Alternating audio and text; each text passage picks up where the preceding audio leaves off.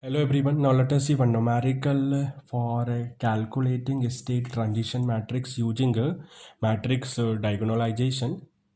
So here we have matrix A, it is 0, 1, minus 6, minus 5. And here we want to calculate the state transition matrix using matrix diagonalization. So first we will define eigenvalues, because without eigenvalues we cannot define matrix P. That's why first we will define eigenvalues for the system, and to define eigenvalues we will write characteristic equation for the system. In previous video class already I have told you characteristic equation is given by determinant of lambda I minus A equal to 0. I is identity matrix, A is system matrix. Already we know value of matrix A. So we have lambda 0, 0 lambda. Here I am multiplying lambda with identity matrix, and size of identity matrix is same as matrix A. We know matrix A is 2 cross 2 matrix. That's why identity matrix is also a 2 cross 2 matrix. So lambda I minus matrix A 0, 1, minus 6, minus 5, determinant of whole equal to 0. So lambda I minus A becomes lambda minus 1 for second row, first element 6, second element lambda plus 5. Now let us calculate the determinant for the given matrix. So we have lambda square plus 5 lambda plus 6 equal to 0. We have lambda equal to minus 2 and minus 3. So first eigenvalue becomes lambda 1, suppose it is minus 2. Second eigenvalue becomes lambda 2, suppose it is minus 3. So we can define matrix P.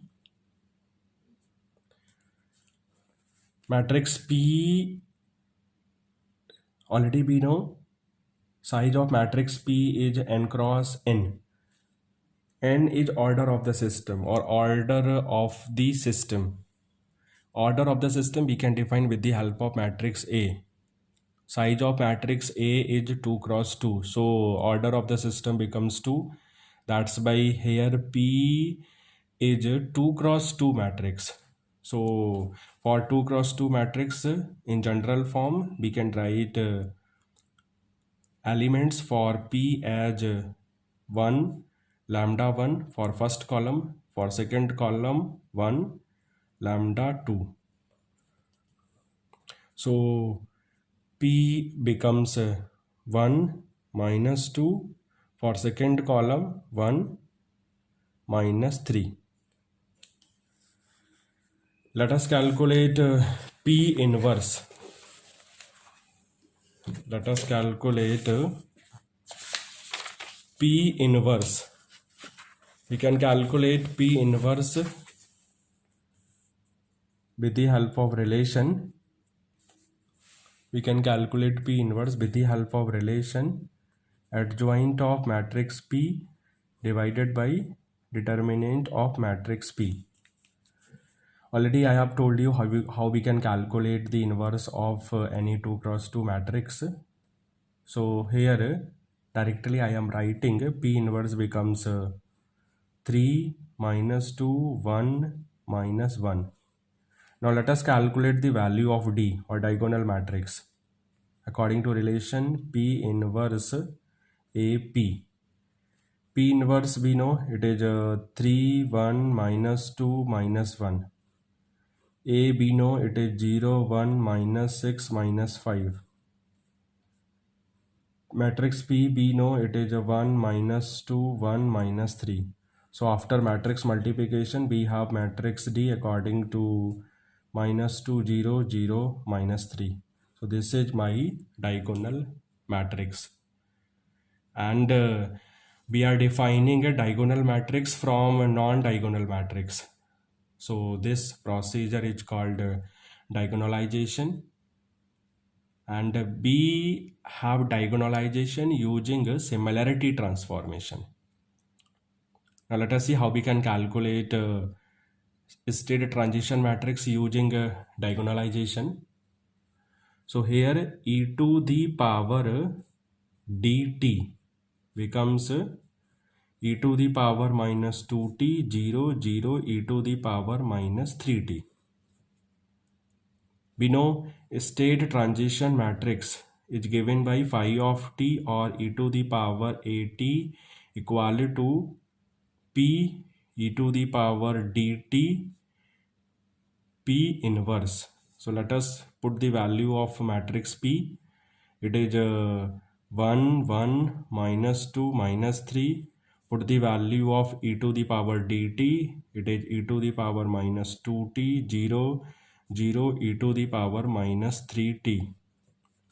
Put the value of P inverse. P inverse we know it is 3, 1, minus 2, minus 1. Now let us multiply. So we have state transition matrix according to 3 e to the power minus 2t minus 2 e to the power minus 3t. Second element for the first row minus e to the power minus 2t minus e to the power minus 3t. First element for the second row minus 6 e to the power minus 2t plus 6 e to the power minus 3t, and the second element for the second row minus 2 e to the power minus 2t plus 3 e to the power minus 3t.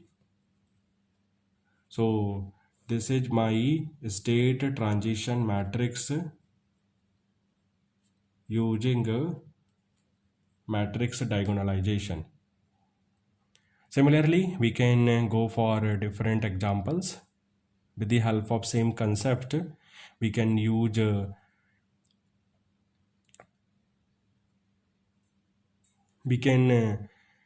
calculate state transition matrix using matrix diagonalization.